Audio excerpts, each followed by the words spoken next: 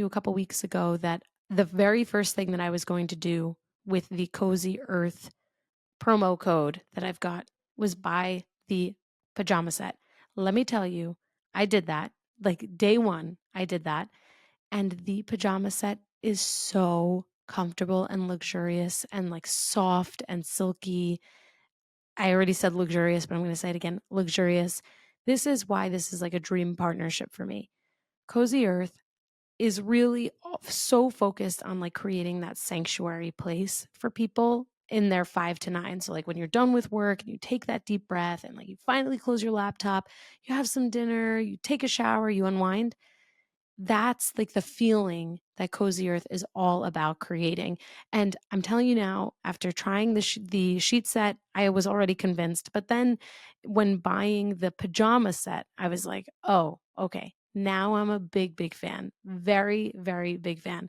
And when I really like take a step back and think about why comfort is so important to me, it's like you spend all of this time and energy like bulldozing through the day, just like having a coffee, getting up, going for a workout, getting stuff done as a mother, like getting my kids ready for the day and giving them breakfast and like all this stuff, right? Changing diapers still. It's just like a constant sprint. And then when you finally get to unwind for the day, it's like, okay, you can finally breathe. And so with Cozy Earth, as I mentioned, I have the bamboo sheet set, and these sheets are so breathable. And the same goes for the pajamas because the bamboo pajamas are truly so luxurious. And really, frankly, when I talked about like, if you're still sleeping in that old baggy stretched out t-shirt, it's time for an upgrade. I said that the last time. I upgraded. It's meaningful. It had a significant impact on my sleep. Just being able to like feel really comfortable when unwinding and going to sleep makes a huge difference. At least it did for me. It's really the kind of comfort that makes you want to lounge and relax all day. And as someone who's a really, really bad relaxer, like really struggle just kind of unwinding and relaxing and taking a load off. These between the sheet set and the pajama set, I really have figured out that part of relaxing is just like leaning into what feels comfortable and cozy. And we're going into the summer months and it gets really hot in New York and most places around the world. And having something that's breathable and soft and like cooling is really important, at least for me. I tend to run warm. And so, again, what I really love about Cozy Earth is that there's this commitment to quality in every way, the commitment to quality in how we create a peaceful environment for ourselves, especially after work, and also in what the products are all about. Like the products obviously are luxurious, but they're also made ethically and they're produced responsibly. So when you invest in better sleep, you're also investing in something good. So you can like relax and feel comfortable and also, be excited that you've invested in something that does good for others and does good for the planet. And, if you are not sure that Cozy Earth is for you, that's okay. Don't worry. Cozy Earth gives you 100 nights to decide. 100, that's a lot of nights. That's more than 3 months of nights. And if you don't love it, you can send it back. And with that, there is also a 10-year warranty on what you purchase because they believe in their products. And that means that you can also believe in their products. So if you're ready to turn your bedroom, your home into a true retreat, an oasis, a place that feels like a luxury hotel, but even better, go to cozyearth.com and use my code HUMANHR for 40% off. And you can use it on anything. Like I said, I used it on the pajamas. My best friend bought the sheet set and she was like, hey, Oprah and Kris Jenner and we all have the same sheet set now. And we have the same favorite sheets. So that's a very exciting thing that you can brag about is that you, Kris Jenner, and Oprah all love these sheets. So whatever you buy, you get 40% off. And don't forget, like this is right in time for Mother's Day. So if you have a very special someone who is a mother or a new mother or is planning or becoming a mother, I should say, these and you want to like maybe find a gift for the mother, not just the child or children. In my case, having twins, many people have multiples. You can then buy these sheet sets or these pajamas. And these pajamas, by the way, are totally breastfeeding friendly. So when you have someone in your life who maybe is a new mom or a nursing mom, these are another great way to say, hey, I'm thinking of you. Here's a gift for you. Because the kids are usually the ones that are the focus when it comes to gift time, not necessarily the mothers. So, anyway, that's my advice for you. Is to really lean into this promo code. 40% off is like the best discount that you will find on Cozy Earth or with Cozy Earth.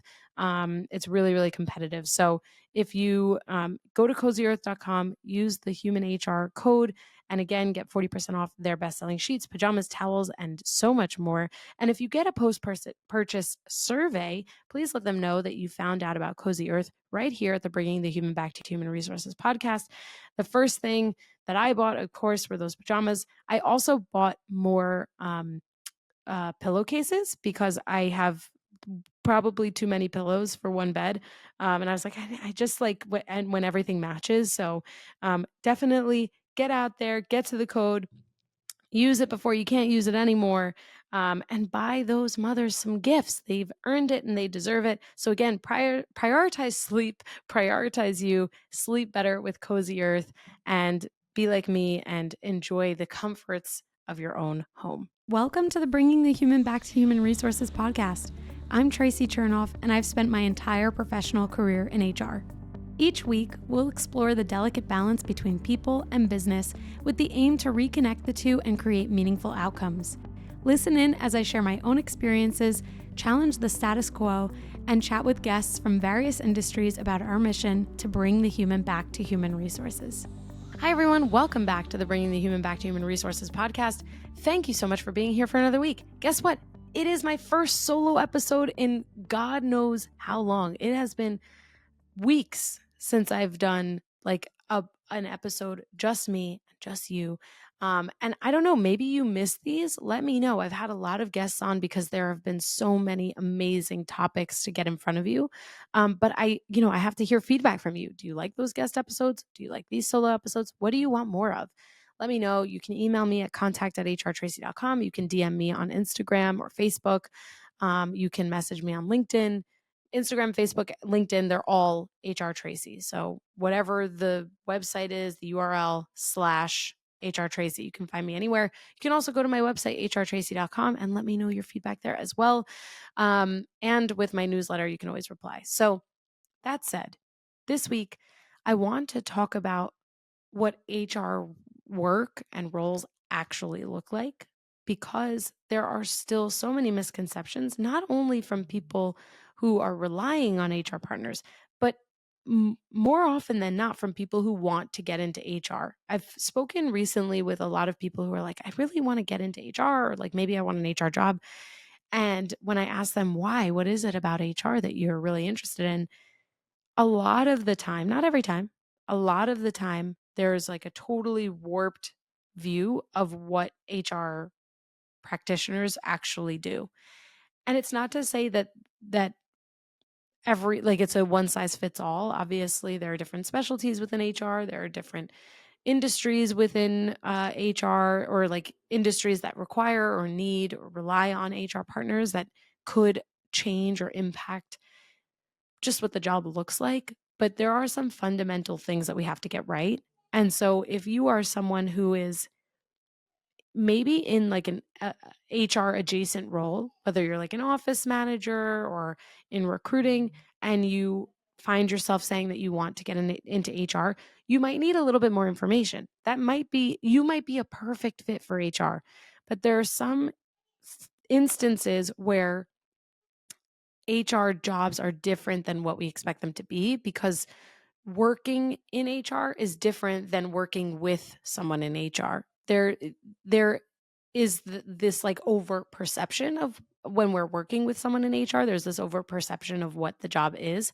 But then when you're actually in the job, there's something totally different there, right? And that's with anything. Like I could think, oh yeah, being like a professional baseball player is probably so cool because you work out and you get to play a game for work. But that's my perception. That's not necessarily reality, right? So also, before I go on, look at this mic flag. Isn't it so cool? It has my logo. It says HR Traci, and then like around the sides of the circle, it says Bringing the Human Back to Human Resources. So this is a very new addition to the podcast world for me. And I'm really excited about it. I feel very official with a mic flag. So if you are watching this, you see it. If you're not watching this, um, take a look on Instagram in a few days when we post a video from, a clip from this episode. You'll see the mic flag. I feel really legit. Like, move over, journalists. Here I come. Anyway, okay, let's talk about this. So if you're new or to HR or trying to break in, there is probably this perception that you have around like HR helping people. And the thing is, it's just not that simple. When I started out, I don't even know if I had a perception of HR. I worked with really strong HR partners. I found them to be very helpful people, and I found them to be people that others in the business relied on. And so I think for me, I was like, oh yeah, like I could be that.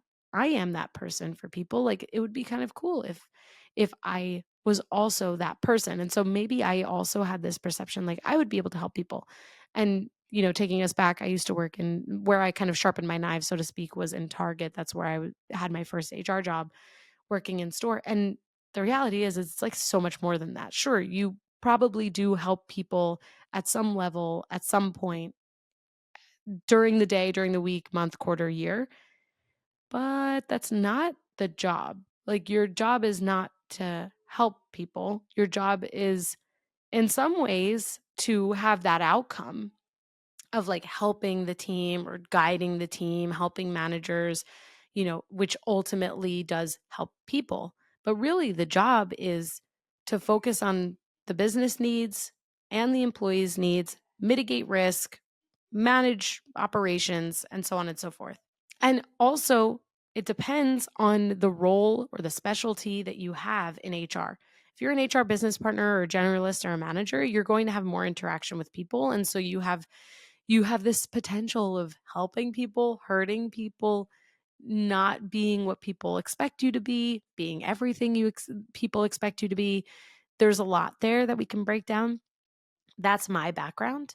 And then you have like HR jobs that are payroll or benefits or compensation focused or admin focused or coordinator focused or talent management focused, performance management focused. Like, it's everything, right? There's so many facets to this. If someone is in payroll and compensation and benefits, they're not necessarily interacting with the team much. So when it comes to like helping people, that's not really the thing that they're doing. They're managing a lot of operations, looking at how to manage a budget, potentially effectively, like executing on some of those operational things. Some of the most intelligent, strategic, innovative, interesting people that I've ever worked with have been in comp and ben. People who are very analytical, take this sum of money and think about how they can take that, compare it to like market data and research, and create this whole compensation strategy as a result. Like, it's really fascinating, people who are in compensation and like where they or how they impact an organization. Like, it's really phenomenal. If I'm sure that there are people listening who have worked with comp and ben people, they are like, when you find someone really good in that, like, don't lose them. They're amazing. Anyway, let's talk about what people think HR is. Some common expectations, of course, from people entering HR, especially, are that they love people, so HR makes sense, or they want to make workplaces better, or that they're a great listener and they'd be good at conflict resolution. And these are good instincts. These are good, initial iterative moments where we're thinking about like what HR is, but they're incomplete thoughts. So, for example, I love people, so HR makes sense. HR can really expose to you the downsides of working with people. It is very hard to work with people. And as much as like I love people, but I also find it very challenging sometimes to work with people, not because like, I get frustrated in things. That's not really like my personality. No, it's instead because in HR, you have this like responsibility, especially in my role where it's like more of a generalist adjacent, like business partner, like that track, right? I find myself having to do a lot of influencing. And influencing is very hard because there isn't necessarily this like problem, solve it, problem, solve it. Oh, now that's solved, like let's move on. It's not like that. It's like a constant uphill battle, especially depending on who you're working with. And if the people that you're working with don't like necessarily trust or believe in like that methodology or that focus or that the reasoning, you have even more uphill battles. You have to like really, really build a lot of relationships, get people to feel, part of that solution. And it's not necessarily this like, oh, I love people, HR makes sense, I'm going to love this job. You have to really be okay with not always seeing eye to eye with people, getting a lot of pushback, having difficult situations that you have to overcome, and then being able to move on from that and keep the ball rolling. And that's not something that everyone is capable of doing or actually enjoys doing. This, I want to make workplaces better. That's great. But actually, I would say that you can do that in any job. Anyone and everyone influences and impacts cultures and workplaces. And for people who maybe don't see that responsibility within themselves because they're not in HR and they think it's just an HR job, probably are contributing negatively to workplaces. So um, you've heard it here first. If you don't think that you're impacting a workplace, you are.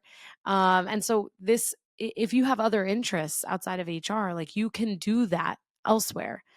HR is like, there is of course that element there where you impact a workplace or you make things better for people or you improve a culture. But if you're working in payroll, if you're working as an HR admin, you might not feel that direct link. Even though if you ask me, of course there's a direct link because when people, see their promotions happen effective, on the date that they're told that they're going to be promoted and they don't have any issues with their pay and they don't have any issues with their org structure, things are moving smoothly, then that creates a great experience for them, right? But it's not necessarily so A to B. It's kind of like A to D to Z to B to C. It's like it's a little bit more triangulated when you're in a role that isn't necessarily direct to the employee. Um, but again, you do still impact the workplace, but you really can impact the workplace and do impact the workplace in any role. With this other common expectation around like, oh, I'm a great listener, I'd be good at conflict resolution. Listening is 20% of it. The other 20% is being able to problem solve. The other 20% is being able to strategize. What am I at? 60%. The other 20% is, I'm like adding the percentages here. The other 20% is actually being able to influence those who are maybe like part of the conflict. And then the other 20% is figuring out how you come back from that and how you ensure that that doesn't happen again. So it's not just about being good at conflict resolution, it's understanding what conflict resolution actually looks like and what is required of you when you are resolving conflict. And by the way, not everyone is good at resolving conflict. And so when it comes to like employee relations issues, when you are working in HR, not everyone actually enjoys employee relations. Most people will say, do not allow me to manage employee relations or do not expect me to manage employee relations issues because it can be very challenging and it can be very exhausting, frankly. And so when it comes to conflict resolution, that's also just not always part of every HR job. Some HR jobs don't ever expect employee relations resolutions or managing from certain people. Again, when we look at payroll or performance management, sometimes it kind of depends on like how big the organization is and how many people there are within HR. But especially for more administrative roles like payroll, comp and ben, even HR admin, like you're not going to be dealing with ER. So it doesn't matter if you're a good listener. It doesn't matter if you're good at conflict resolution because you're not necessarily really going to have to deal with that. If you're on the HR business partner, generalist, director, manager track, like in that in that arena, so to speak, you're going to be doing a lot of conflict resolution. And just because you're a good listener does not mean that you're good at it. And so you have to really know what you're good at in order to assess like where within HR you should or should not sit. I know I'm not great at payroll. It's just not the way my brain works. I don't really enjoy it. So I've said this before on the podcast, like I'll never take a job or be interested in a job that requires me to manage payroll. And that's fine. I don't need to do that. I am a conflict resolver and a strategic person, and I like to help people with their problems and solve those problems with them and guide managers to managing their teams better and being stronger leaders and all of that stuff that comes with, a strategic approach to things. And that's why I'm like a director and a business partner within my role. And this is all stuff that you do learn on the job also. Like you could say all of these things that you think HR is, and um, you could still get in the job and realize that you like other things, and that's okay.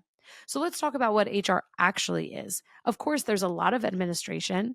You don't always get to build like cool programs and things like that. You're very often maintaining systems and tracking metrics and answering questions, and potentially answering the same question like 15 times. You could send an email with all of the answers, and you will still get questions to those to that email or to the communication that you've just sent, and you have to be okay with that. It's just part of the job, and every job has that thing about it, right? It has that admin heavy element to it, or whatever that potential quote unquote downside might be for that role. Like it exists in every job. There's also a lot of compliance and risk mitigation. So sometimes your job is just simply to say no or to hold the line when someone, whether a manager or otherwise, wants to skip a process or do something differently. For example, like I've had in my experience where people are like, oh, I'm just going to terminate this person. Like they're just not working out. And I'm like, no, you can't do that. That's just not the way things work. We have to understand, like, what are the reasons? How are we doing this? What's the communication? What's your plan for backfilling? Do you have like reasonability? Is this person going to be surprised? Have you talked to this person about their performance before? You're eliminating a role. Why? What does that look like? Do you understand you can't fill that role for another year? If you create another role, it has to be distinctly different, or it has to not be in the same location. Like there are so many things. I just rattled off, I don't even know, 20 or so things that come with managing risk, mitigating risk, and compliance.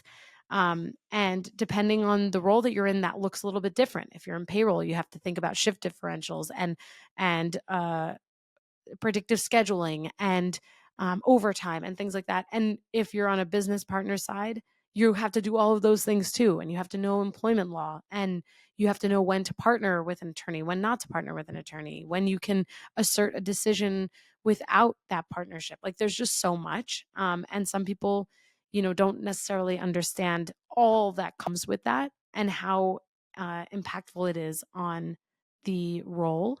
And of course, still dependent on the role that someone's doing in HR, but it is very much embedded in an HR job. Also, when you're in the middle of like complex, potentially highly emotional situations, things are not always solved in a clean way or in a way where people are without their emotional response. And you have to kind of manage through that. People will yell at you, they'll cry with you, meaning like in front of you, they will be angry with you, they'll be upset, they'll ask why, they'll tell you that they know it's not your decision or that they know it's not your fault, and you're going to feel like crap sometimes, maybe all of the time. And you have to be able to let it roll off your shoulder. When someone yells at you because you're, communicating a change to their employment with their manager, like it's a totally sucky situation no matter what way you fold it, but you have to be able to process that feeling and move on. And you also have to keep the momentum within the organization while you move on from that. And it can be very tough. I've spoken with HR practitioners before who say, I just couldn't do it anymore. It was too emotionally exhausting. especially for people who are deeply involved in ER issues. Most of my jobs, it was like 60% ER. At least most of my retail jobs. Now I don't really deal with ER as much. But it is exhausting. You have to really know how to process all of that stuff that you deal with and that you're confronted with when you're dealing with ER, because you're also sometimes making very difficult decisions. And sometimes the decisions don't always feel right, but they are what's right for the business.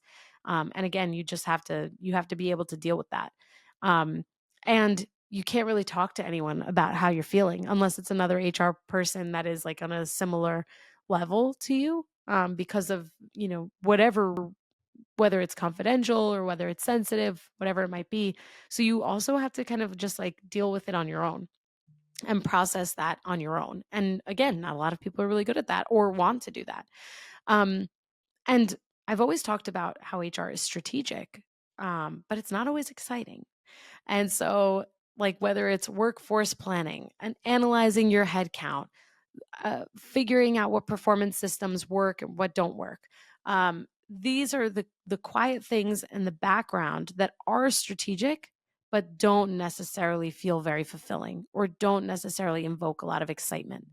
And that's like a very real reality that, there are all of these things that allow you to be strategic in a business and really drive an organization's um, planning and strategy and development forward. And especially as grow in your career and you become like more senior, you have even more of an influence and your hands are even more involved in that. But it's just not always that fun.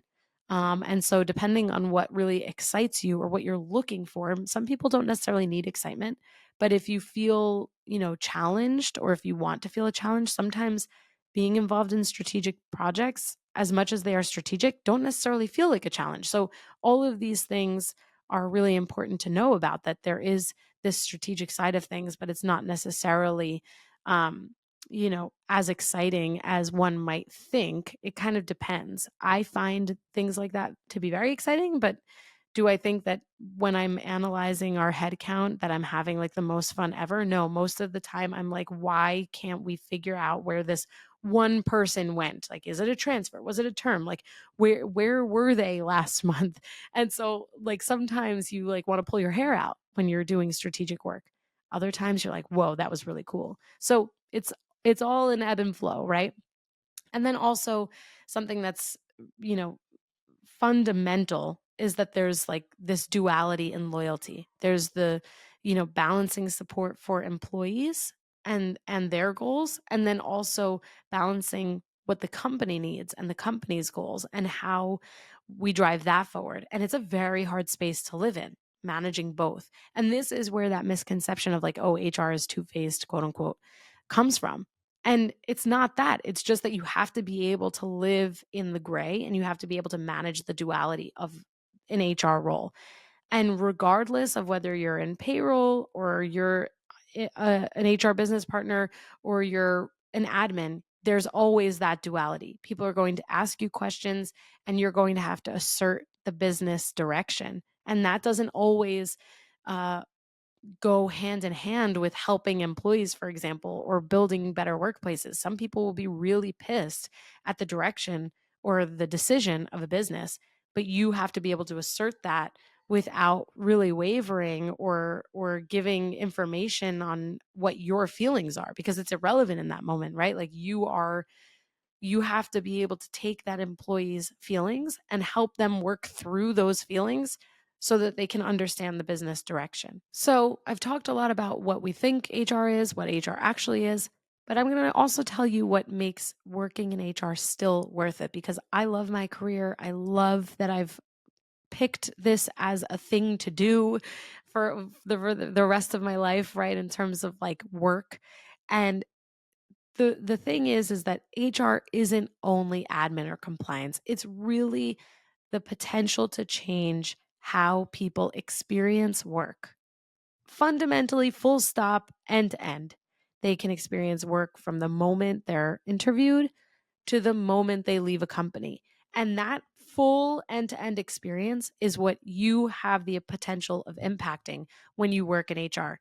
If you're in recruiting, you have the potential to really set them up for success in their full interview process. And then as they move into onboarding, if you work in HR, whether it's payroll, comp and ben, HR business partner, generalist, etc., you have the ability to impact what that onboarding feels like, what that employee experience feels like, and then what it feels like when they're offboarding. And that offboarding experience is also so important because that's what determines whether they're like, oh, I loved working at that company, or like, you know what, I'm glad I left. And there's really so much impact that we have on that full end-to-end experience. So take that and run with it. Feel inspired by that.